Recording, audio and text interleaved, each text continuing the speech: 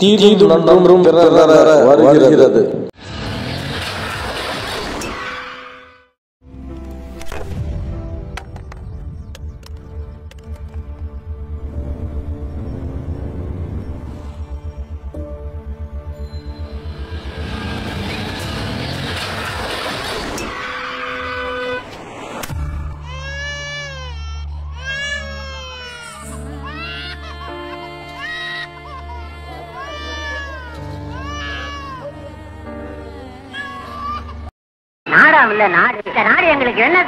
நாடு என்ன செய்தது நமக்கு என கேள்விகள் கேட்பது எதற்கு?